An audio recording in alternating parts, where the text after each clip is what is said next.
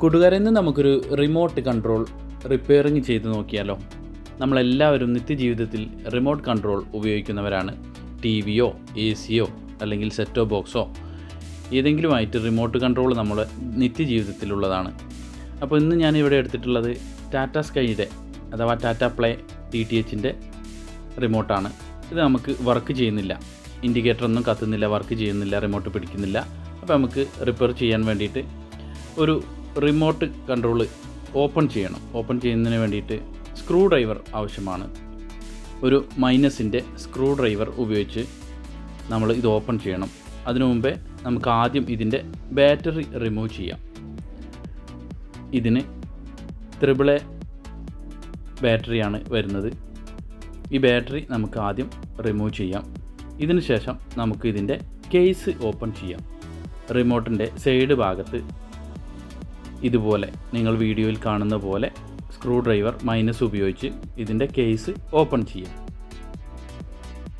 Case open ചെയ്യുന്നതിന് മുന്നേ നമുക്ക് ബാറ്ററി ഇടുന്ന അവിടെ സ്ക്രൂ ഉണ്ടോ എന്ന് ഉറപ്പ് വരുത്തുക. സ്ക്രൂ ഉണ്ടെങ്കിൽ അത് അഴിച്ചു മാറ്റിയതിന് ശേഷം മാത്രമേ ഇതുപോലെ കേസ് റിമൂവ് ചെയ്യാൻ പാടുള്ളൂ. സ്ക്രൂ ഉണ്ടെങ്കിൽ സ്ക്രൂ അഴിക്കാതെ നമ്മൾ ഇതുപോലെ കേസ് ഓപ്പൺ ചെയ്താൽ അത് പൊട്ടിപ്പോവാൻ ചാൻസ് ഉണ്ട്. അതുകൊണ്ട് സ്ക്രൂ ഉണ്ടോ ഇല്ലയോ എന്ന് ഉറപ്പ് വരുത്തിയതിന് ശേഷം ഇങ്ങനെ ഓപ്പൺ ചെയ്യാം. ഈ റിമോട്ടിന് സ്ക്രൂ ഇല്ലായിരുന്നു, അതുകൊണ്ട് എനിക്ക് പെട്ടെന്ന് തന്നെ ഇതുപോലെ ഓപ്പൺ ചെയ്യാൻ കഴിഞ്ഞു.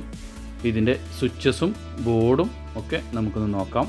ഇനി നമുക്ക് ബോർഡ് ക്ലീനിങ് ആണ് നമുക്ക് ബേസിക്കലി ചെയ്യാൻ പോകുന്നത്.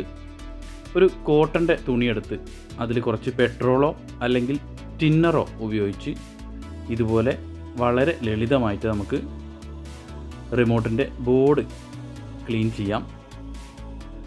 നിങ്ങളുടെ കയ്യിൽ പെട്രോളോ അല്ലെങ്കിൽ ടിന്നറോ ഉണ്ടെങ്കിൽ ഏതും ഉപയോഗിക്കാം. പെട്ടെന്ന് ഉണങ്ങുന്ന രീതിയിലുള്ള എന്തെങ്കിലും ഉപയോഗിച്ച് നമുക്ക് ഇതുപോലെ ക്ലീൻ ചെയ്തെടുക്കാം.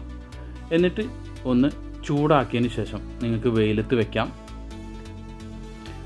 ചൂടാക്കുന്ന ഉപകരണം എന്തെങ്കിലും ഉണ്ടെന്നുണ്ടെങ്കിൽ അങ്ങനെ ചെയ്യാം.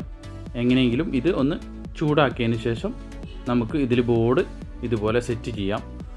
ബോർഡ് വെച്ചതിന് ശേഷം റിമോട്ടിൻ്റെ ബട്ടൺ ഇതുപോലെ കറക്റ്റ് ചെയ്ത് നമുക്കിതിൽ ക്രമീകരിക്കാം. ഇതുപോലെ അമർത്തി കൊടുത്തതിന് ശേഷം രണ്ടും ഇങ്ങനെ യോജിപ്പിക്കാം. എല്ലാ ബട്ടണുകളും കറക്റ്റ് സ്പേസിലാണ് എന്ന് ഉറപ്പ് വരുത്തിയതിന് ശേഷം നമുക്കിതുപോലെ സൈഡ് ഭാഗമെല്ലാം അമർത്തി കൊടുത്ത് തിരിച്ച് ബാറ്ററി ഇടാം. AAA ബാറ്ററി ഇട്ടതിന് ശേഷം റിമോട്ട് ഒന്ന് വർക്ക് ചെയ്ത് നോക്കാം. ഇപ്പോൾ നമുക്ക് ഇൻഡിക്കേറ്റർ കത്തുന്നുണ്ട്, റിമോട്ട് വർക്കിംഗ് ആണ്, സക്സസ് ആണ്. അപ്പോൾ നിങ്ങൾക്കും ഇതുപോലെ പെട്ടെന്ന് റിമോട്ട് ശരിയാക്കി എടുക്കാവുന്നതാണ്. ഇതുപോലെ ചെയ്തതിന് ശേഷവും റിമോട്ട് വർക്ക് ചെയ്യുന്നില്ല എന്നുണ്ടെങ്കിൽ നിങ്ങൾ നിർബന്ധമായും ടെക്നീഷ്യനെ കാണിക്കുക. വീഡിയോ ഇഷ്ടമായെന്ന് വിചാരിക്കുന്നു. എല്ലാവർക്കും നന്ദി.